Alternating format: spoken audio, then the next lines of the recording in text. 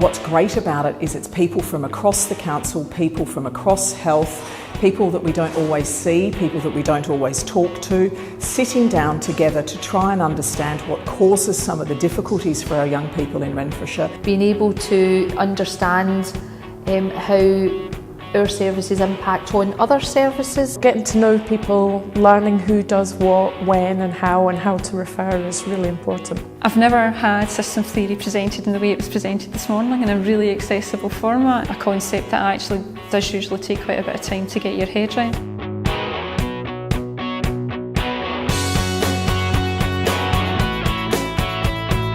The Dartington Service Design Lab is an independent research charity, been around in one form or another for 50 years and we principally exist to improve outcomes, well-being for children and young people, and we do that by implementing good quality research and evidence, very practically applied in local communities, in local councils and work with trusts and foundations. We have over the last few years made a quite significant shift at Dartington where we are, as well as maintaining a strong focus on research, science and evidence, we're paying much greater attention to involving users in a design process and also embracing and considering complexity and systems thinking approaches into our work. Over the next 3 years, Renfrewshire Council, the Dartington Service Design Lab, Engage Renfrewshire and other partners from across the voluntary sector will embark on a system change initiative designed to promote emotional wellbeing in young people and address emotional coercive control within adolescent relationships. It forms part of the Big Lottery Fund's Early Action System Change Initiative, which aims to tackle the root causes of inequality within Scotland. A soft launch took place at Johnson Town Hall in September 2018, so that brought together over 30 different professionals from across education, social care, health and the voluntary sector. The launch itself was facilitated by us at the Dartington Service Design Lab and also included some guests from the Social Services Design Lab from Washington University who have expertise in systems thinking and system dynamics. What we try to understand from a system dynamics approach is what's the system that's underlying the patterns and the patterns we're trying to change, and then being more intentional and explicit in how we think about the change, both the change process and in particular looking for places where there may be high leverage points, places where small investments can have a big impact over time. It's a way of understanding how people are viewing systems and where they may see the unintended consequences, having more input from community members, stakeholders, service providers, folks who are working on the front lines to be able to shape, design programs and policies. The first aim was to introduce the Early Action System Change Initiative to professionals within Renfrewshire. The second was to begin to introduce and create a common language around systems change and systems thinking within children's services. And the third was to explore the causes and consequences of the two priority challenges that form the focus of the Early Action System Change Initiative in Renfrewshire. So that is improving emotional wellbeing and tackling coercive control within adolescent relationships. In 2017 we invited all children and young people in Renfrewshire aged 9 to 15 to complete an online wellbeing survey as a part of their normal school day. We were really successful. We had well over 10,000 of our children and young people completed the survey, which represents more than 85% of children and young people in Renfrewshire. They completed a survey answering questions about their well-being, how they felt about themselves, how they felt about their schools, their families and their communities. The survey told us that for a significant part of the population, around about 12% of young people in Renfrewshire, anxiety and depression was a significant challenge. Poor mental health is a real driver for poor outcomes in adulthood. So if we don't help children get that support at the early stage, then it will manifest itself much later in probably clinical mental health problems. That usually means that those families consume more services, but it also means their outcomes are not as good. Renfrewshire Council were particularly concerned about the levels of domestic violence in the area, and specifically when families were presenting at social work where domestic violence was a feature.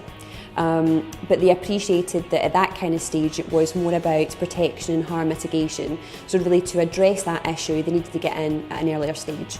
And so what they wanted to do was quite radically adopt a developmental perspective and really get underneath the skin and understand young people's experiences of their first relationships. So what they did was include a set of questions within a wellbeing survey that was asked of all children in secondary school about young people's experiences of coercive control within their first relationships. We found that around 25% of young people experience control from a partner in a relationship in a way that is destructive. It's about making sure that young men and young women realise that relationships should be built on respect and that there is no place for control that destroys your partner. Young people telling us that actually allows us to begin to design services with them and with professionals to respond to that particular area. What is interesting is the amount of people that are out there who have high need but not in services. And we know that being in services in some shape or form is a protective factor for children. The key points that came across for me is that 21% of children and young people in Renfrewshire are in high need of services and interventions. And actually only about 15% of those are getting the support that they need. So that leaves an awful lot of children and young people without any support, and that's really important that we pick that up. There's work going on nationally just now in terms of a national expert working group around sexual offending, and certainly some of the research that they're looking at would indicate that coercive control amongst adolescents it's potentially actually higher than relationships in adults, and I think that's really worrying for us in terms of how we support this generation going forward. Without the survey, it's unlikely we would have identified coercive control. There are lots of other people who are talking about mental health and emotional distress for young people, so that would have been picked up. The particular questions we asked gave the children and young people the opportunity to actually state what was going on, and it allowed them to then look at what happens in relationships. It's about coercion rather than partnership, rather than mutual respect. There are 3 parts to the Early Action System Change Initiative in Renfrewshire. So phase 1 is about understanding the system. So that is the education system, the health system and the social work system, as well as understanding expenditure within children's services. So for example, what's the proportion of spend within universal services? What's the proportion of spend within targeted services or within early intervention services? Phase 2 is about co-design. So that's meaningfully involving children and young people, families and practitioners in the design of services that they both need and want. Phase 3 is then about implementing and rigorously testing those services that have been co-designed and refining them on an ongoing basis to ensure that they are improving the outcomes that we hope to achieve, specifically within the space of improving emotional well-being and tackling coercive control. No one service could actually provide the answer. I think there is that trend of us wanting to refer children on or get somebody else to fix the problem and looking to maybe acute mental health services.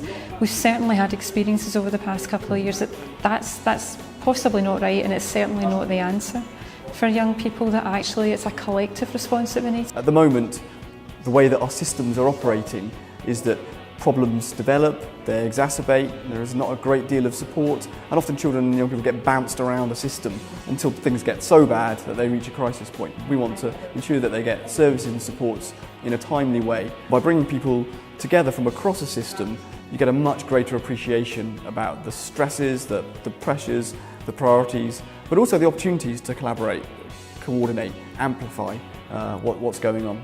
The young person who's in contact with the police goes to school, they go to the doctors, they access some voluntary organisations, so they are the same children. It's just really important that we have a shared vision about what we want to do for these children in Renfrewshire.